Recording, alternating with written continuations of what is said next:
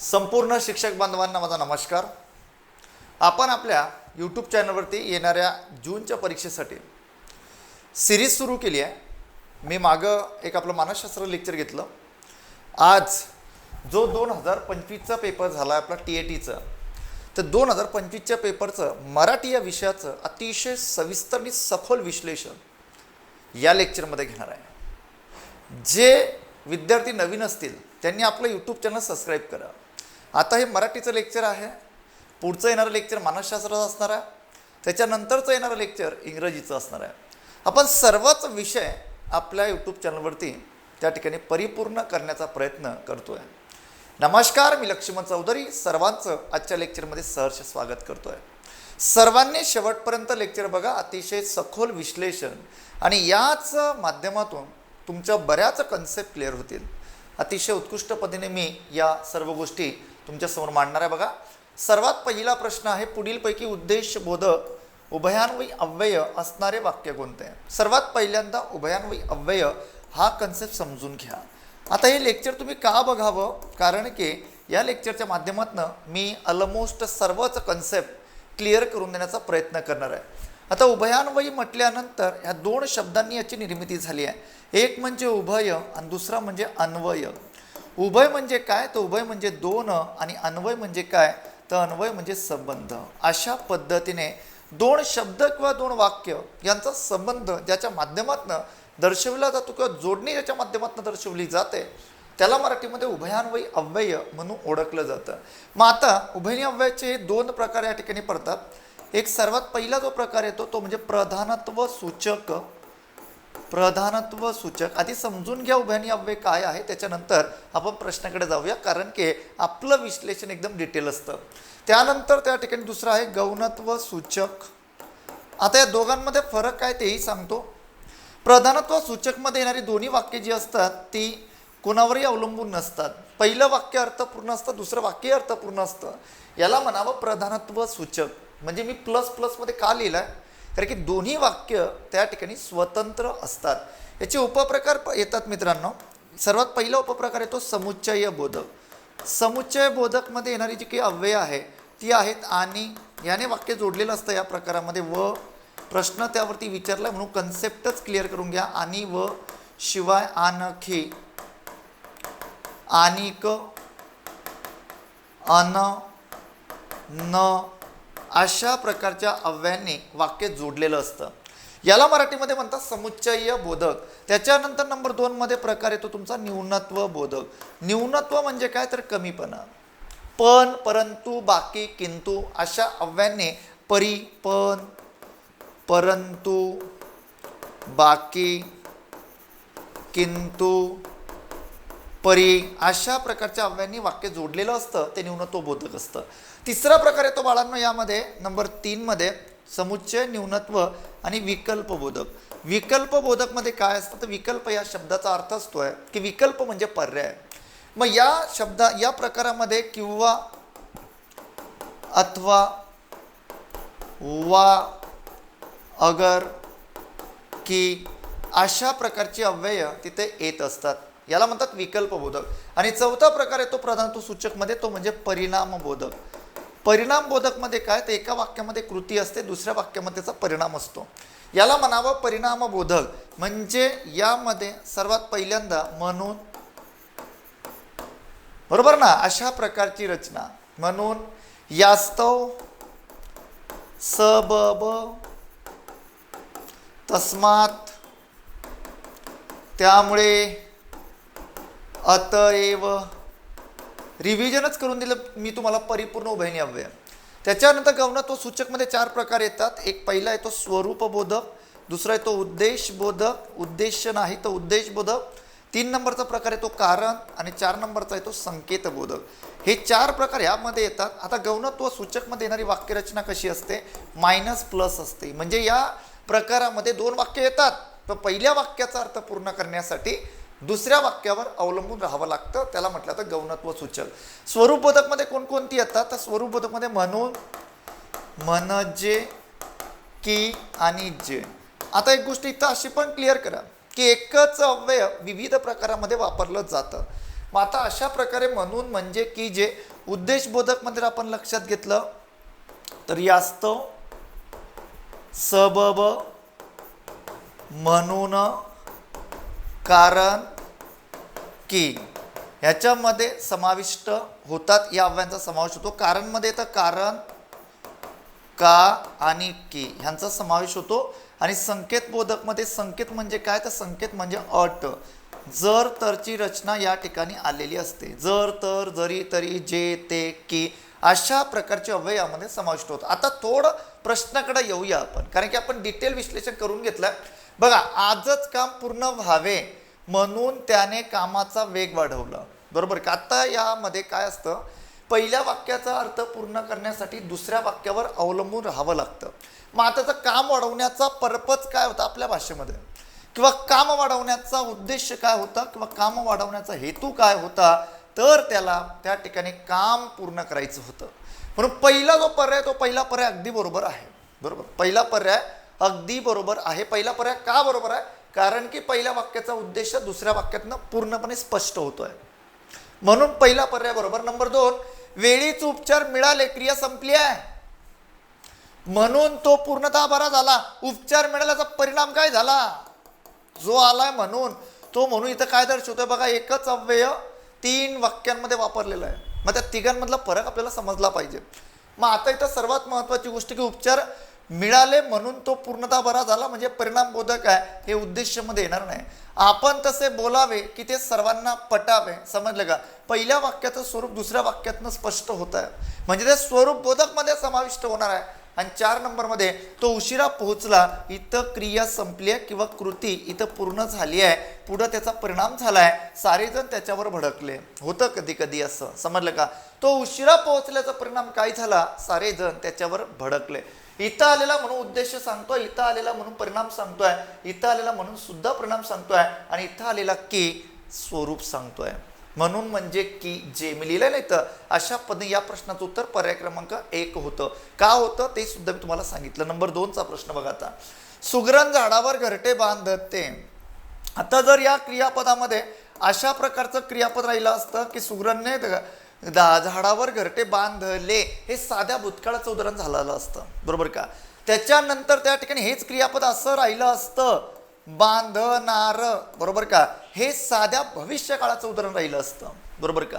त्याच्यानंतर बांधत आहे असं राहिलं असतं, अपूर्ण वर्तमान काळाचं ते उदाहरण राहिलं असतं. त्याच्यानंतर त्या ठिकाणी अपूर्ण भूतकाळ, बांधत होती अशा पद्धतीने राहिलं असतं, अपूर्ण भूतकाळ राहिलं असतं. साधा भूतकाळ मी तुम्हाला सांगितलं, याचं उत्तर आहे पर्याय क्रमांक 4, साधा वर्तमान काळ, समजलं का. कारण की वर्तमान काळामध्ये क्रिया चालू असते. अशा प्रकारची रचना ज्या ठिकाणी येते त्याला मराठीमध्ये काय म्हणतात, तर त्याला मराठीमध्ये साधा वर्तमान काळ म्हणतात, एकदम सोप्या साध्या भाषेमध्ये. पुढचा प्रश्न होता आपल्याला, पुढीलपैकी द्वंद्व समासाचे उदाहरण कोणते. द्वंद्व समास म्हणजे काय मित्रांनो, द्वंद्व समास म्हणजे ज्या समासाची दोन्ही पद समान असतात, जो सामासिक शब्द 2 आलेली असतात, ज्याची दोन्ही पदे समान असतात, समान दर्जाची असतात, त्याला मराठीमध्ये म्हणतात द्वंद्व समास. जसं या ठिकाणी द्वंद्व समासाचे 3 प्रकार आहे. सर्वात पहिला येतो इतरेतर द्वंद्व. इतरेतर द्वंद्ववरती बऱ्याचदा प्रश्न विचारला जातो. इतरेतर द्वंद्वमध्ये येणारे सामासिक शब्द कोणत्या उभयनिवी अव्ययांनी जोडलेली असतात, सर्वांना माहिती आहे, आणि वन आहे. दुसरा प्रकार येतो तो म्हणजे कोणता, तर वैकल्पिक द्वंद्व. वैकल्पिक द्वंद्वमध्ये किंवा अथवा याचा समावेश होतो. आणि 3 नंबरमध्ये येताना जो येतो तो समाहार द्वंद्व येतो. समाहार द्वंद्वमध्ये येणारी रचना जी काही असते ती वगैरेने युक्त असते. अशा प्रकारे 3 प्रकार यामध्ये समाविष्ट होतात, याला म्हणावं त्या ठिकाणी द्वंद्व समास, बरोबर का. त्याच्यानंतर पुढे जर तुम्ही आलात तर आता बघा, राजवाडा हे येणार नाही, कारण की राजवाडा म्हणजे काय, राजाचा वाडा, म्हणजे षष्ठी विभक्ती तत्पुरुषमध्ये तो समाविष्ट होतोय. ओके, पहिला पर्याय तर गेला. पंचवटी 5 वटांचा समूह द्विगु तत्पुरुषमध्ये समाविष्ट होणार आहे. आई वडील, आई आणि वडील माझ्यासाठी दोघंच्या दोघं खूप प्रिय आहेत, बरोबर का.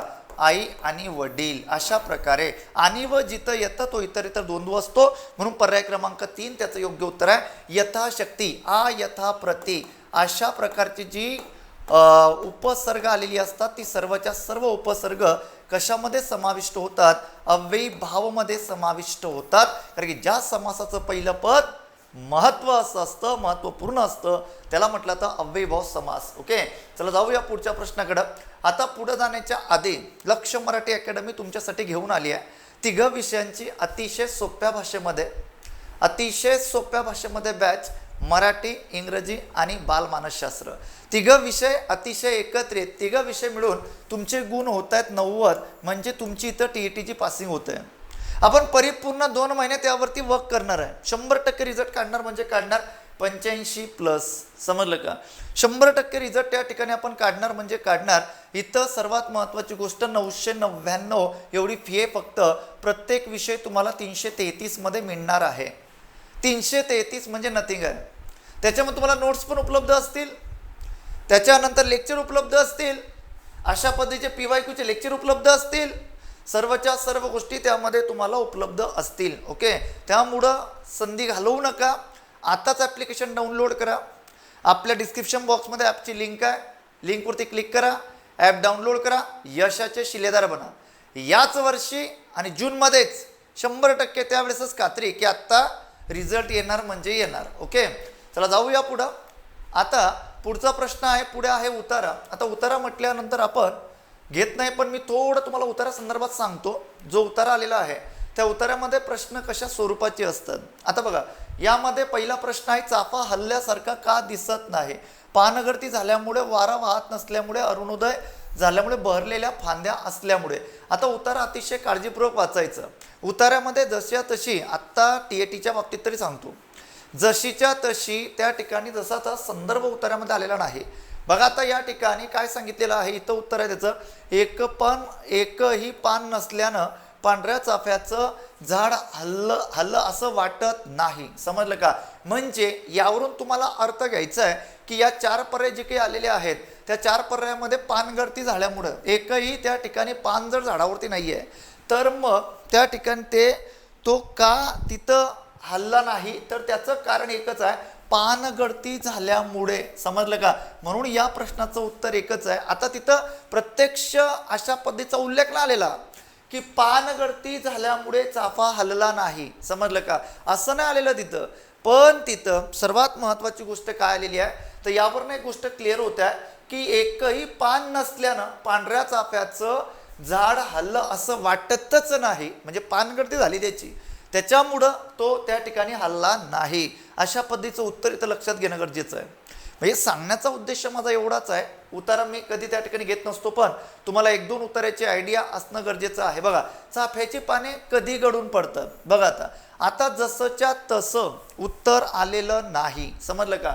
आता इथं म्हटलं काय आहे बघा, काय सांगितलंय, उन्हाळा जसा जसा जवळ येतो, काय सांगतोय, उन्हाळा जसा जसा जवळ येतो तसतशी पांढऱ्या चाफ्याची पानं गळून पडतात. समजलं का? तिथं असं नाही म्हटलं डायरेक्ट की हिवाळ्यामध्ये पांढऱ्या चाफ्याची पानं गळून पडतात, असं म्हटलेलं नाही. काय सांगितलंय, उन्हाळा जसा जवळ येतो मग कोणता ऋतू संपतो? हिवाळा संपतो. हिवाळा संपतो मग उन्हाळा येतो. बरोबर का? म्हणून त्या ठिकाणी या गोष्टी आपण क्लिअर करणं गरजेचं आहे की उतार्यामध्ये आलेली प्रश्न कशा स्वरूपाची असतात. बरोबर का? म्हणून इथं बघा आता काय सांगितलंय, चाफ्याची पाने कधी गळून पडतात? उन्हाळा संपल्यावर नाही हो, उन्हाळा जवळ येता येता. मग काय संपता हिवाळा सरता. बरोबर का? हा सराव जर असेल तर 100% उत्तर येतंय म्हणजे येतंय. बरोबर का? पानगळती कोणत्या ऋतूत होते? इथं आता सर्वात महत्वाची गोष्ट काय सांगितली आहे, पानगळती कोणत्या ऋतूत होते. आता ग्रीष्म तर नाही. ग्रीष्म म्हटल्यानंतर तुम्हा सर्वांना त्या ठिकाणी ते माहिती असणं गरजेचं आहे की जो ग्रीष्म ऋतू म्हटल्यानंतर तो ग्रीष्म ऋतू केव्हा असतो, तर या सर्व गोष्टींची त्या ठिकाणी माहिती जाणून घेणं गरजेचं आहे. ग्रीष्म ऋतू म्हटल्यानंतर जो आपला उन्हाळा असतो तो उन्हाळा म्हणजे ग्रीष्म ऋतू आहे. बरोबर का? पानगळती तर त्या ठिकाणी उन्हाळ्यामध्ये होत नाही आहे. बरोबर ना? काय सांगितलंय, पानगळती कोणत्या ऋतूत होते असा प्रश्न विचारलाय. मग त्या ठिकाणी तो आहे त्या ठिकाणी शरद तर काही येऊ शकत नाही. शरदची माहिती त्या ठिकाणी सर्वांना माहिती आहे. शरद ऋतू म्हटल्यानंतर आपण जर त्या ठिकाणी लक्षात घेतलं तर शरद ऋतूचा कालखंड सप्टेंबर आणि ऑक्टोबर यामध्ये असतो. आता मला सांगा, शरद ऋतू म्हटल्यानंतर सप्टेंबर आणि ऑक्टोबर या दोन्ही गोष्टी इथं क्लिअर होणं गरजेचं आहे. इथं तर त्या झाडाची पानगळती होत नाही आहे, कारण की हे समजून घेणं गरजेचं आहे. तिथं या ऋतूंचा उल्लेख उतार्यामध्ये झालेला नाही. म्हणून एक एक गोष्ट मी तुम्हाला इथं काळजीपूर्वक सांगण्यामागचं कारण एक आहे की अशा प्रकारे इथं 100% आपलं मार्क जाण्याची दाट शक्यता असते. वर्षा केव्हा? तर जून ते सप्टेंबर. जून ते सप्टेंबरमध्ये वर्षा ऋतू असतो, बरोबर ना? जून ते सप्टेंबरमध्ये.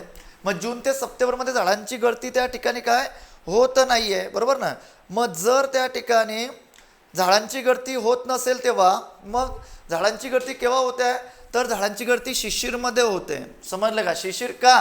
कारण की जानेवारी ते मार्च हा जो कालखंड आहे, जानेवारी ते मार्च हा जो कालखंड आहे, जानेवारी हा जून आहे, जानेवारी ते मार्च या कालखंडामध्ये शिशिर असतो. म्हणून या प्रश्नाचं उत्तर काय? पर्याय क्रमांक 4 की शिशिरमध्ये त्या पानगळती त्या ठिकाणी होते. अशा पद्धतीने त्या उतार्यामध्ये जशीच्या तशी उत्तरं आलेली नाही. आपल्याला त्या पद्धतीने सराव करणं गरजेचं आहे. म्हणून ही PYQ मी इथं घेतो आहे आणि PYQ त्या ठिकाणी सांगतो आहे की जेणेकरून तुमच्या या सर्व कन्सेप्ट क्लिअर होतील आणि या PYQच्या माध्यमातूनच क्लिअर होतील. त्या पुढे बघा, गुन्हा करूनही कबूल न करणाऱ्या चोरास पोलिसांनी टिंबटिंब हे वाक्य पूर्ण करण्यासाठी योग्य वाक्प्रचार निवडा. आता तमा न बाळगणे हे येणार का? नाही. तमा न बाळगणे आता म्हणजे एखाद्याचा जो हे असतो, काय म्हणतो आपण त्याला, राग असतो, बरोबर ना? म्हणजे आपण त्या ठिकाणी तमा न बाळगणे हा शब्दप्रयोग त्या ठिकाणी बऱ्याचदा ऐकलेला आहे, बरोबर का? म्हणजे कुठल्याही प्रकारची भीती त्याच्याकडनं बाळगली जात नाही. तमा न बाळगणे, बरोबर ना? लोटांगण घालणे हे येणार नाही. आता गुन्हा करून कबूल न करणाऱ्या आता कुठल्याही प्रकारची भीती न बाळगणे हे येणार का? चोरास पोलिसांनी हे वाक्य पूर्ण करण्यासाठी आता तमा न बाळगणे. मग चोर पोलिसांसमोर इतक्या मोठ्या प्रमाणामध्ये बोलेल का? अजिबात नाही, बरोबर? म्हणजे पहिलं तर काही येऊ शकत नव्हतं. दुसरं लोटांगण घालणे अजिबात नाही, बरोबर का? 14वे रत्न दाखवणे 100% म्हणजे त्याला आयुष्यभराची अद्दल त्या ठिकाणी घडवणे, बरोबर? 14वे रत्न दाखवणे म्हणजे काय? तर आयुष्यभराचे त्याला परिपूर्ण अद्दल घडविणे. जीवाचे रान करणे म्हणजे काय? तर खूप काबाड कष्ट करणे. आता इथं गुन्हा कबूल न करणाऱ्या चोरास आता जीवाचं रान केलं का पोलिसांनी? अजिबात नाही. तर त्याला शेवटपर्यंतची त्या ठिकाणी काय घडवली? अद्दल घडवली. म्हणजे जवळजवळच्या अर्थाची शब्द इथं येत असतात. त्याच्यामुळं त्या ठिकाणी आपण लक्षात घेणं गरजेचं आहे, बरोबर का? अशा पद्धतीनं या सर्वच्या सर्व गोष्टी आपण क्लिअर करणं खूप जास्त गरजेचं आहे आणि या सर्वच्या सर्व बाबी आपण समजून घेणं गरजेचं आहे. ओके, म्हणजे या सर्वच्या सर्व बाबी जर आपल्याला समजल्या तर निश्चित पद्धतीने परीक्षेमध्ये कसाही प्रश्न विचारला गेला तर त्याचं उत्तर त्या ठिकाणी आपल्याला देता येतं म्हणजे येतं. ओके, अशा पद्धतीने या सर्व गोष्टी आपण क्लिअर करणं गरजेचं आहे. आता इथं बघा, हा कडू नाही आहे तर हा आहे कद्रू. काय आहे? कद्रू आहे. कद्रू, तिथं तो कडू झालाय, बरोबर का? या शब्दाचा योग्य विरुद्धार्थी शब्द कोणता असा प्रश्न विचारलाय. थोडं प्रिंटिंग मिस्टेक आहे. इथं कडू नाही आहे, तो कद्रू आहे. कद्रू, आता कद्रू म्हटल्यानंतर काय? तर कद्रू म्हटल्यानंतर कंजूष अशा प्रकारचा त्याचा अर्थ होतो. मग आता याचा विरुद्धार्थी शब्द सांगितलाय तुम्हाला. कद्रू म्हणजे काय? तर कद्रू म्हणजे कंजूष. मग कंजूष म्हणजे काय? तर कंजूष म्हणजे कृपण. कृपण हा त्याचा समानार्थी शब्द आहे. हा तर काही येऊ शकत नाही. कद्रू म्हटल्यानंतर भाग्यवान पण नाही येणार. दयावान, दयाळू सुद्धा येणार नाही. दयाळू, मायाळू आपण म्हणतो त्याला. भाग्यवान म्हणजे नशीबवान म्हणतो आपण त्याला. मग आता कंजूसच्या विरुद्ध काय येणार आहे? कंजूसच्या विरुद्ध जो खर्च करतो तो उदार असतो, बरोबर का? जो खर्च करणारा असतो तो उदार असतो, बरोबर ना? म्हणजे सदा उदार तो नादार, बरोबर ना? तुम्हाला माहिती आहे ना की जो सदा उदार असतो तो नेहमी नादार असतो, बरोबर ना? नेहमी त्याच्याकडे दारिद्र्य असतं. पण इथं काय म्हटलंय? कद्रू म्हटलंय म्हणजे तो कंजूष आहे. त्याच्या विरुद्ध त्या ठिकाणी काय येणार आहे? ते उदार येणार आहे. म्हणून त्या प्रश्नाचं उत्तर पर्याय क्रमांक 1 हे त्याचं योग्य उत्तर आहे. चला पुढे बघा. आता अशा प्रकारचा प्रश्न नेहमी आपल्याला एक प्रश्न विचारला जातो म्हणजे जातो. याला मी 5 स्टार करून ठेवतो आणि इथं मार्क जाण्याची दाट शक्यता असते. आकृतीत दिलेल्या अक्षरांपासून तयार होणाऱ्या अर्थपूर्ण म्हणीचा योग्य अर्थ कोणता असा प्रश्न विचारलाय. रा, ची, घ, ये, ते, ई, ती, रा, प. आता हे वाचल्यानंतर आपल्याला लक्षात येत नाही. पण जर आपल्या म्हणीवरती कमांड असेल तर निश्चितपणे किंवा सराव असेल तर निश्चित पद्धतीने आपल्याला उत्तरे येतात. आता चिंती बघा, चिंती 100% त्या ठिकाणी आलं, बरोबर का. चिंती अशा पद्धतीने चिंती म्हटल्यानंतर तुम्हाला हा त्या ठिकाणी शब्द किंवा तो जी रचना आहे तर ती रचना कुठेतरी आता त्या ठिकाणी याची लिंक लागायला पाहिजे. चिंती परा म्हणजे जो त्या ठिकाणी चिंती परा ते येई घरा. बघा, चिंती परा हा गेला चिंती, प कुठं आहे प, त्याच्यानंतर रा, बरोबर ना. चिंती परा ते ये ई, बरोबर ना. घरा म्हणजे दुसऱ्याचं येई घरा म्हणजे तुम्ही चिंती परा, दुसऱ्याचं तुम्ही चिंतलं ना, दुसऱ्याचं जर तुम्ही वाईट बघितलं ना 100% ही म्हण आहे. तर मग काय होणार बघा, दुसऱ्या जर वाईट बघितलं तर एकापेक्षा दुसरा वरचढ असते ना आहे. दुसऱ्याचे वाईट व्हावे अशी इच्छा बाळगणाऱ्याचे वाईट होते, स्वतःवरती परिस्थिती येते. म्हणून या म्हणीचा अर्थ इथं आलाय की चिंती परा ते येई घरा. म्हणून चिंती दुसऱ्याचं कधीच त्या ठिकाणी वाईट बघायचं नाही. ह्या पृथ्वीवर आपण जन्माला आल्यानंतर सर्वांचा चांगला विचार करा, 100% चांगला विचार करा. तो परमेश्वर, तो निसर्ग भरून भरून त्या ठिकाणी आपल्याला देणार आहे. म्हणून ही मन या ठिकाणी काय येणार आहे तर लागू पडत्या की चिंती परा ते येई घरा, दुसऱ्याचे वाईट व्हावे, बरोबर का. अशी इच्छा बाळगण्याचे वाईट होते. मलाही त्यांचा प्रेमळ स्वभाव खूप आवडतो. या वाक्यातील उद्देश्य भागात एकूण किती शब्द आलेत. आता बघा, सर्वात महत्त्वाची गोष्ट हा प्रकार समजून घ्या.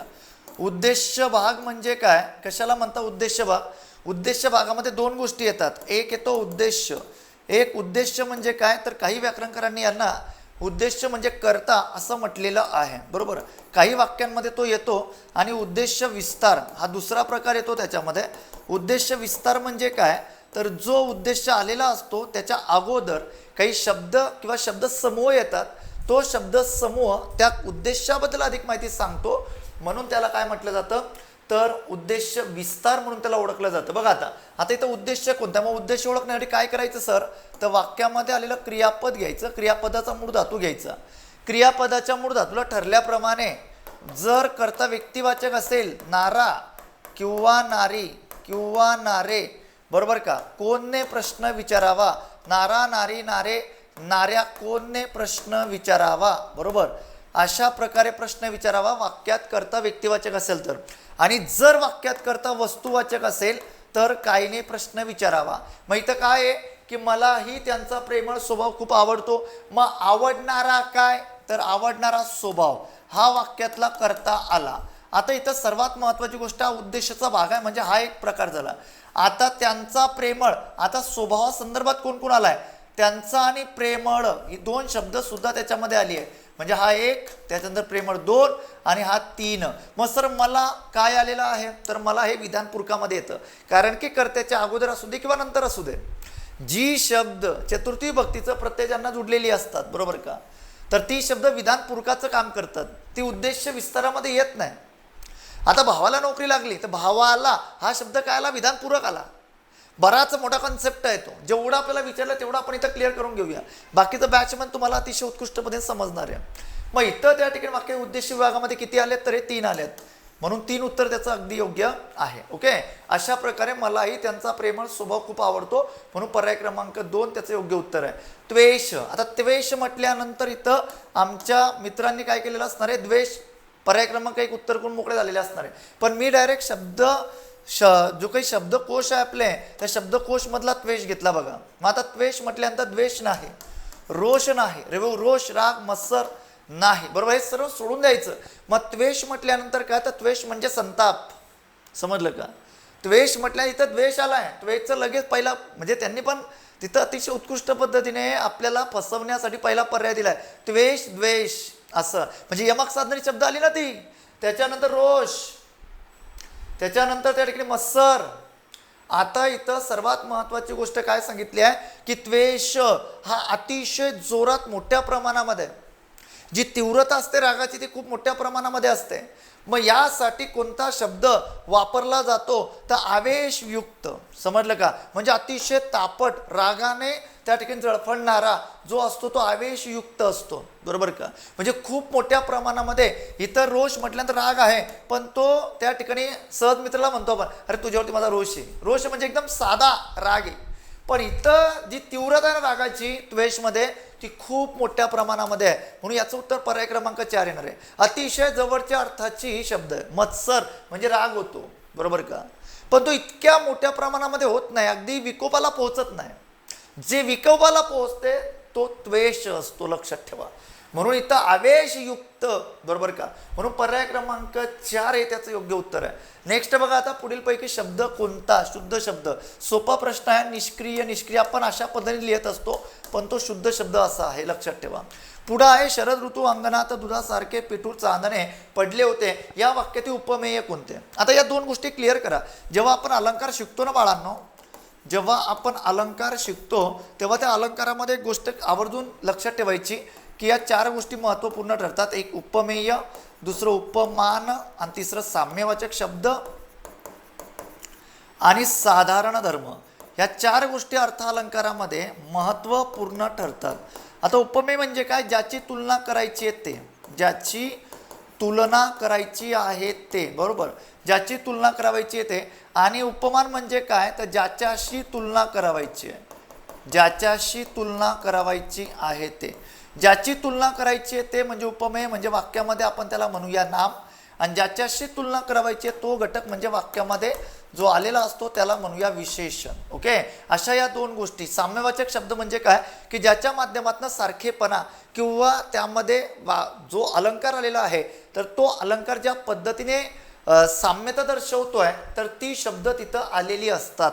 आणि त्याच्यानंतर साधारण धर्म म्हणजे काय? की त्यातनं प्रकट झालेला जो अर्थ असतो तो अर्थ प्रकट करून देणारा शब्द यामध्ये समाविष्ट होतो. म्हणजे या 4 गोष्टी आवर्जून क्लिअर करा. मग आता इथं काय म्हटलंय? शरद ऋतू अंगणात दुधासारखे पिठूर चांदणे पडले होते. दुधासारखे होते. काय पडले होते? चांदणे. म्हणजे इथं उपमेय आलं चांदणे आणि उपमान आलं दुधासारखे. बरोबर का?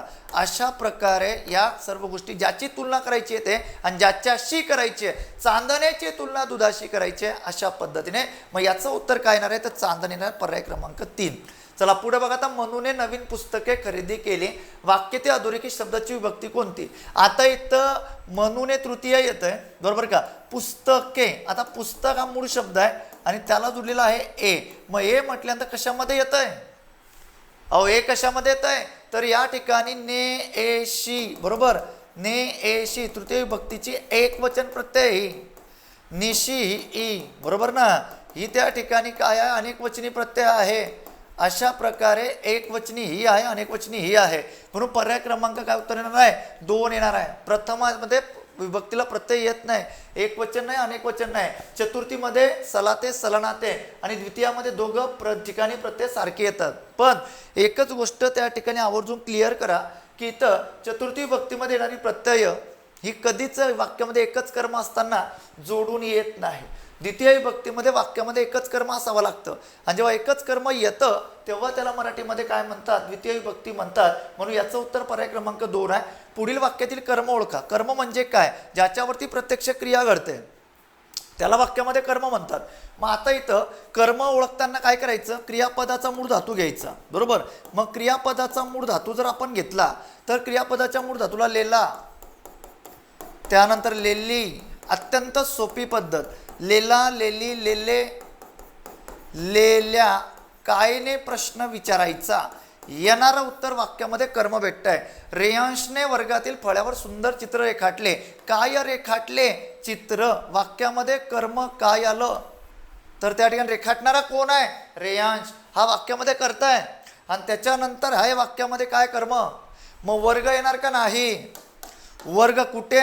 वर्गात. बरोबर का? ते विधेय विस्तार तुम्ही त्या ठिकाणी घेऊ शकतात, वर्गातील फळ्यावर. बरं का? आणि चित्र याच्या बाबतीत अधिक माहिती सांगणारा सुंदर हा वाक्यातील कर्म विस्तार आहे. कर्माच्या अगोदर कर्माबद्दल अधिक माहिती सांगणारा.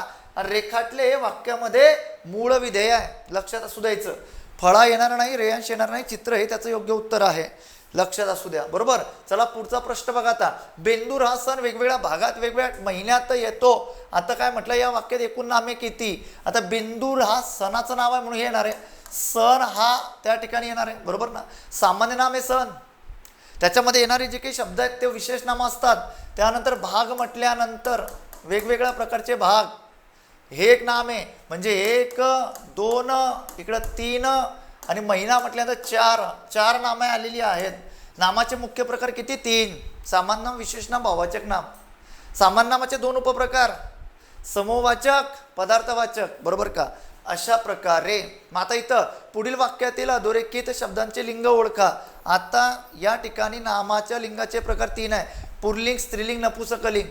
मग यामध्ये जर आपण त्या ठिकाणी बघितलं तर पुल्लिंग, स्त्रीलिंग, नपुंसकलिंग जर त्या ठिकाणी थोर व्याकरणकार दादोबा पांडुरंग तर्खडकर यांनी सांगितल्याप्रमाणे तो, ती, ते हे 3 सर्वनामे वापरा. तोने पुल्लिंगी त्या ठिकाणी नामाचे लिंगाचा प्रकार ओळखा, स्त्रीलिंगी 3 ओळखा आणि नपुंसकलिंगी 3 ओळखा. काय म्हटलंय, लक्ष्मीबाईंवर एकामागोमाग एक अनेक संकटे आली. आता संकट म्हटल्यानंतर याला कोणतं सर्वनाम वापरणार तुम्ही, तो संकट का नाही, ती संकट का नाही, ते संकट म्हणजे नपुंसकलिंगी. पर्याय क्रमांक इथं त्या ठिकाणी 2 पाहिजे होता, इथं 3 पाहिजे होता. पर्याय क्रमांक 2 त्याचं योग्य उत्तर आहे, लक्षात असू द्या. त्यानंतर वचन प्रकारानुसार विसंगत नाम कोणते, म्हणजे वेगळं नाम कोणतं आलंय. मडके, मी आत्ता उन्हाळा सुरू झालाय, मी मडके विकत घेतले. मडके म्हणजे एक आहे, त्याचं अनेक वचन काय येणार आहे, त्याचं अनेक वचन येणार मडकी, म्हणजे इकारांत. एकारांत दिलेल्या नामाचं अनेक वचन इकारांत होते. हा नियम तिथे लागू पडतोय. वचन विचारा संदर्भातला पंचक, पंचके अकारांतचं एकारांत होतंय, हे येणार नाही, बरोबर का. पुस्तकचं पुस्तके एकारांत होतंय, म्हणजे त्या ठिकाणी जर आपण लक्षात घेतलं दुसरा आणि तिसरा पर्याय म्हणजे अकारांत नपुंसकलिंगी नामाचं अनेक वचन एकारांत होतंय, हा नियम तिथं लागू पडतोय, म्हणजे हे येणार नाही. फटाका, फटाके एकारांत झालेला आहे, बरोबर का. आता तो फटाका, फटाके म्हणजे तिघांचं अनेक वचन एकारांत झालेलं आहे, म्हणून हे तिघं एका गटामध्ये बसताय, हा वेगळ्या गटामध्ये बसतोय, समजलं का. कारण की तिथं हे तिघच्या तिघं अनेक वचन आहे आणि हा फक्त एक वचनामध्ये आलाय. त्याचं अनेक वचन मडकी होतंय, याचं अनेक वचन एकारांत होतंय. कारण तर माहिती आहे ना, जो मूळ नाम आलेला असतं किंवा मूळ शब्द आलेला असतो त्याच्या शेवटी आलेला जो स्वर असतो त्याला कारांत म्हणतात, लक्षात असू द्या, बरोबर का. म्हणजे अशा प्रकारे या सर्व गोष्टी क्लिअर करणं गरजेचं आहे. पर्याय क्रमांक 1 त्याचं योग्य उत्तर आहे. नेक्स्ट, मी वनवासी आत्मचरित्र कुणाचे आहे.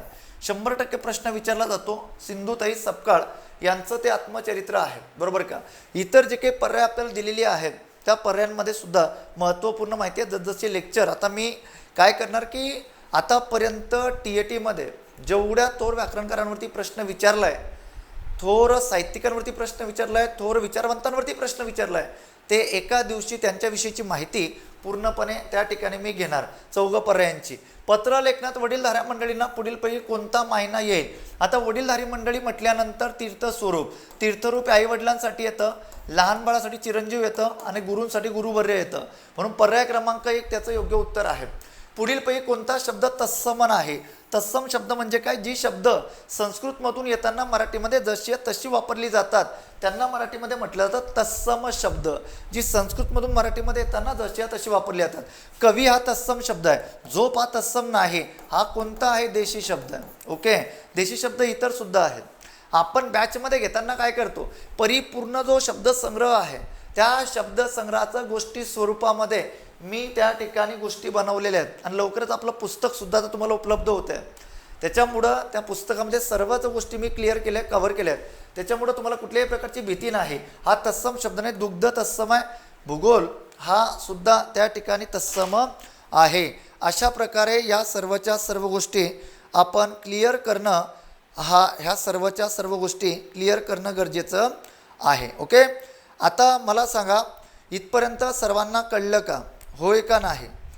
सर्वांनी त्या ठिकाणी एकदा कमेंट्स करून सांगा मला. सर्वांनी सांगा. यस, चला जाऊया पर्याय क्रमांक 2 त्याचं योग्य उत्तर. आता इथं त्या ठिकाणी काय सांगितलं आहे, कविता आणि आता कवितेवरचे प्रश्न तुम्हाला त्या ठिकाणी सोडवायचे आहे. कवितेतील वर्णानुसार सोने पेरून कोण गेले, तर आकाश त्या ठिकाणी पेरून गेले, बरोबर का.